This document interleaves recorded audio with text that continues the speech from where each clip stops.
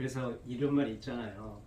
아들이 둘이면 딸이 둘이면 딸이 셋. 금메달이고, 왜 그런 말이 나왔겠어요? 그리고 아들 하나 딸 하나면 은메달이고, 둘 다 아들이면 목메달이래요.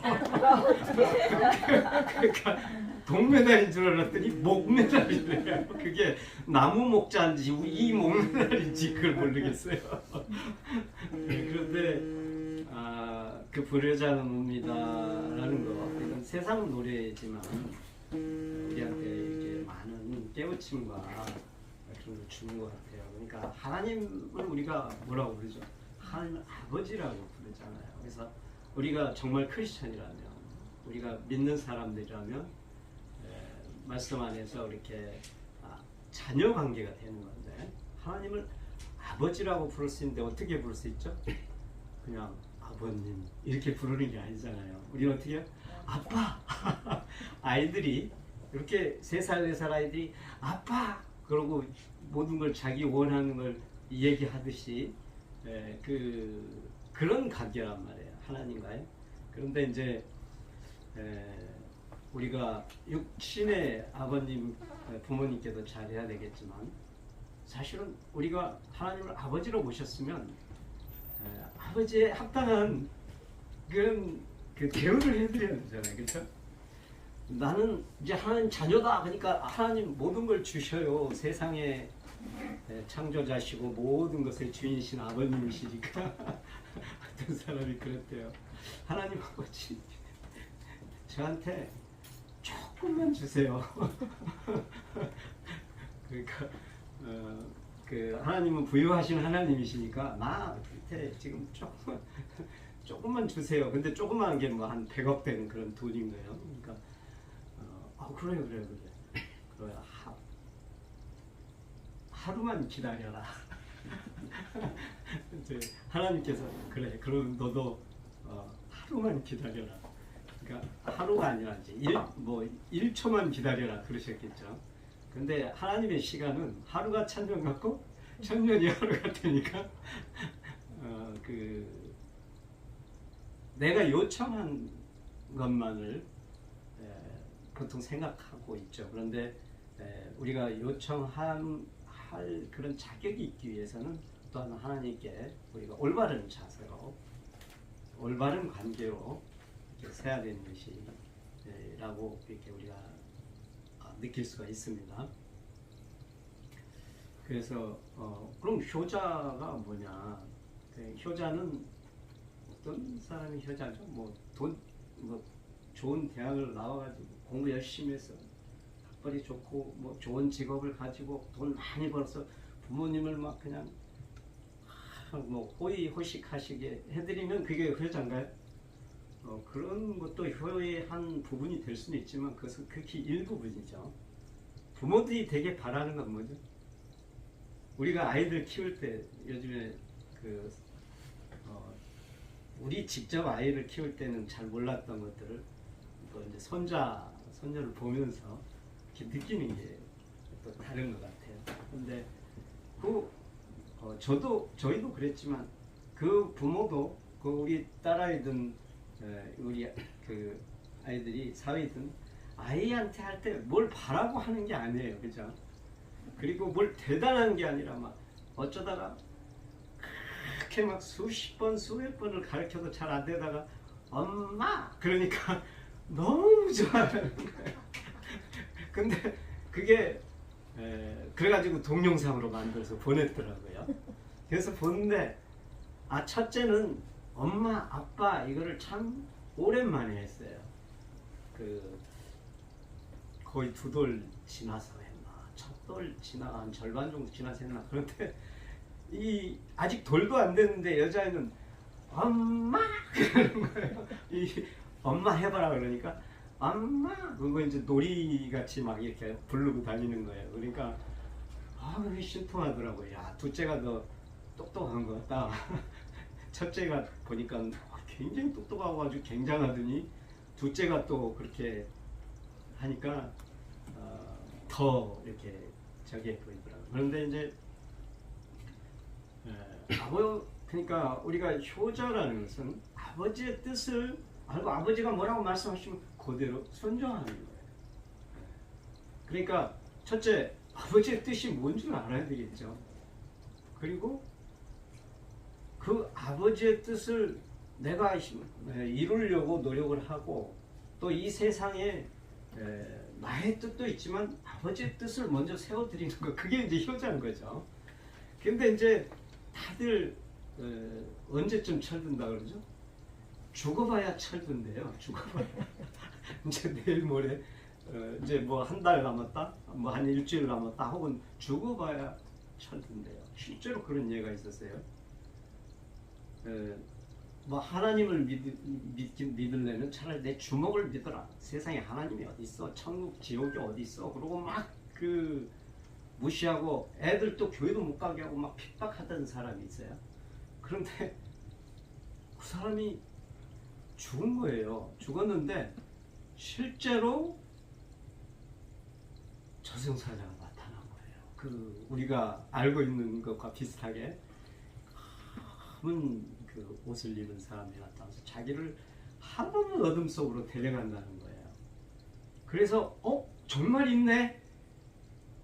그래가지고 막 사정을 했대요. 거기다가 이게 싫어합니다. 사정을 해가지고 내가 다시 좀 갔다가 와야 된다. 일주일만 다시 갔다 와야 된다니까. 왜 그러냐고. 그러니까 내가 아이들을 이렇게 천국과 지옥이 없다 그러고 막 핍박을 하고 이랬는데 이걸 내가 말을 바꿔놓고 와야 된다. 내가 가긴 간다. 지옥이면 가긴 가는데 가서 얘기를 해주고 와야 되겠다.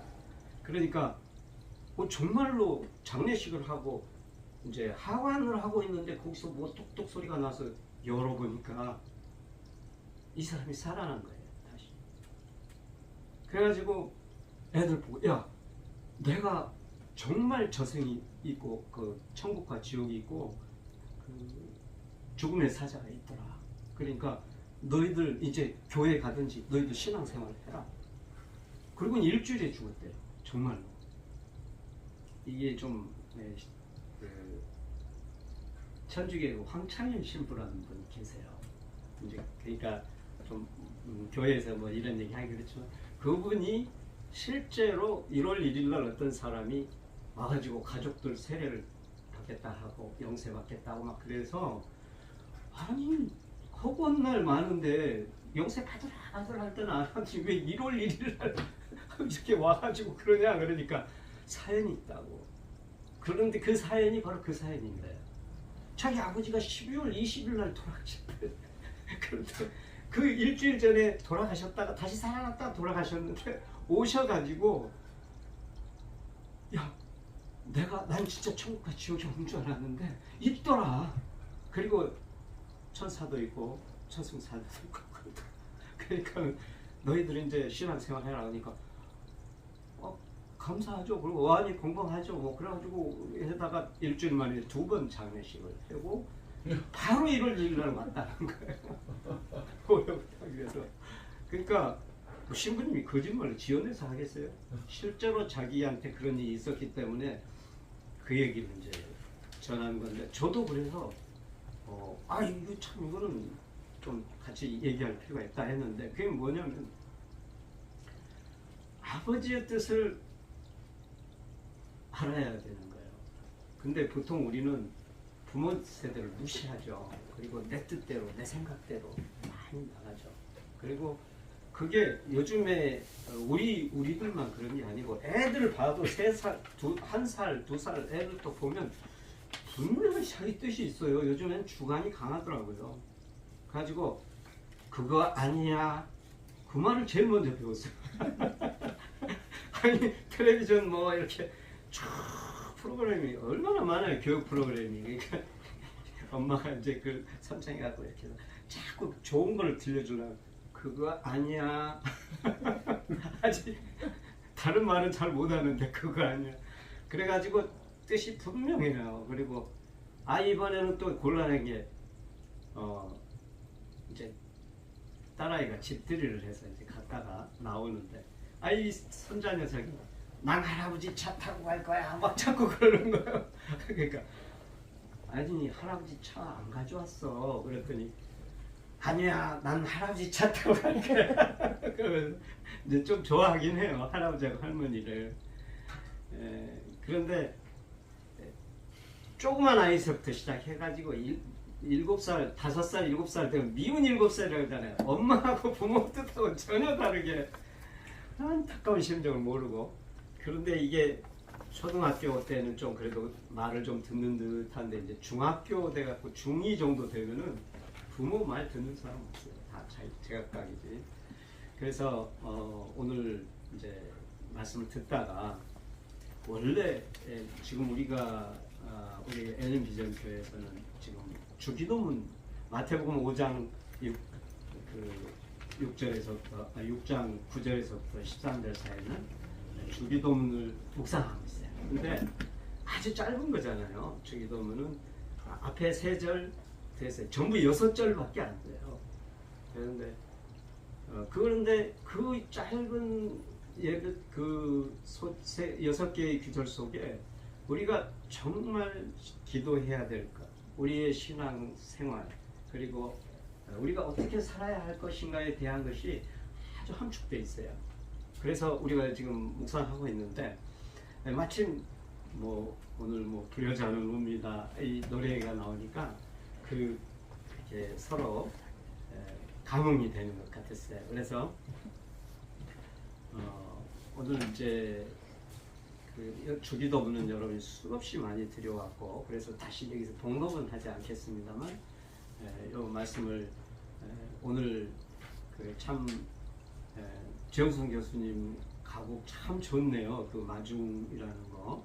요즘에 미국에서 한국 가곡이 유행이랍니다. 그 모르는 일이 있대요. 그래서 한국말이 정확히 어떤 건지 잘 모르는 사람들이요. 교수하고 또 성악가들이 모여가지고 봄처녀 막 그러고 막 한국 가곡을 하는데 한국 가곡의 역사가 짧아요. 사실은 길진 않아요. 그런데 한국 가곡이 그렇게 아름답대요. 그래서 참 기분이 좋더라고요. 그런데 오늘 마중이라는 가곡 요즘에 나온 가곡이라 그래서 더 감동이 됐습니다. 그런데 이렇게 그 가곡과 또 이렇게 음악 또 이제 여러 가지 그 세상 노래 같은 거 이런 것들이 별로 우리에게 찬송이나 교회에서 찬송이나 복음 성가를 해야지 왜 저렇게 저런 유행가를 하나 하고 막 이렇게 생각을 했던 때도 있었어요. 예전에는. 그런데 이제 우리 어머님 같은 분은 찬송가를 200곡을 다 외우시는 분이세요. 그리고 우리 집에는 진짜 제가 고등학교 때까지 그 찬송가 외에는 노래가 별로 없었어요. 학교에서 배우는 노래 정도는 좀 불렀을 수도 있는데 그런데 어느 날 우리 어머님이 혜은이 노래를 들으시고 그냥 거기에 몰입이 되셨는지 계속 우리 집에서 혜은이 노래를 부르시더라고요. 그러더니 이렇게 문이 열렸어요. 일반 가곡 속에도 어떤 깊은 뜻이 있고 감동이 있고 철학이 있고 그렇구나. 그래서 이제 그랬는데 아까 분위기가 노래방 분위기라고 어떤 분이 그러시더라고요. 우리 선교사님이. 그러면서 이제 좋다는 뜻으로 말씀하신 거예요. 그런데 제가 정말 가지고 싶었던 게 이 엘프예요. 요 반주기가 있으면 어디 가서든지 간에 이제 같이 노래하면서 하는데 안 믿는 사람들을 전도하고 같이 이렇게 할 때는요. 세상 노래가 좋지 찬송가 그런 건 잘 거의 닿질 않아요. 그런데 이 가곡과 또 이런 음악 중에도 보면 이렇게 우리 여기에서 보여드리는 것처럼 이런 선정이 잘 되면 그 안에 말씀이 있어요. 부분적으로 있지만 이걸 모아보면 딱 말씀이 있어요. 그래서 우리 이제 원래회가 좀 음악회 분위기로 가는 것이 이제 그럴 수밖에 없는 거고 또 좋은 일인 것 같아요. 음악이라는 것은 우리한테 많은 것을 주죠. 그런데 주제가 이제 그거였죠. 불효자는 옵니다. 이제 그곳에서 오늘 말씀과 이제 그 연결돼서 이렇게 예와 같이 얘기가 됐는데, 뭐 과거는 흘러갔다. 그것도 마찬가지예요. 그 가사 속에 잘 보면 성경 말씀이 또 그 안에 발견이 될 수도 있습니다. 조금 방향이 달라서 그렇지. 그렇게 해서 오늘 우리가 한번 기도를 마치면서 마치는 기도를 지금 하면서 주기도문을 드리는데, 한번 한 구절 한 구절 속에 담긴 뜻을 음미하면서 한번 기도하고 또 목사님 나오셔서 마무리하시겠습니다. 한번 주님께서 가르친 기도로 우리의 각자의 마음속에 있는 기도를 거기에 담아서 같이 한번 기도를 드리겠습니다. 하늘에 계신 우리 아버지여, 이름이 거룩히 여김을 받으시오며 나라가 임하옵시며 뜻이 하늘에서 이루어진 것 같이 땅에서도 이루어지이다. 오늘날 우리에게 일용할 양식을 주옵시고 우리가 우리에게 죄 지은 자를 사하여 준 것 같이 우리 죄를 사하여 주옵시고 우리를 시험에 들지 말게 하옵시고 다만 악에서 구하옵소서. 나라와 권세와 영광이 아버지께 영원히 싸움하리라. 아멘.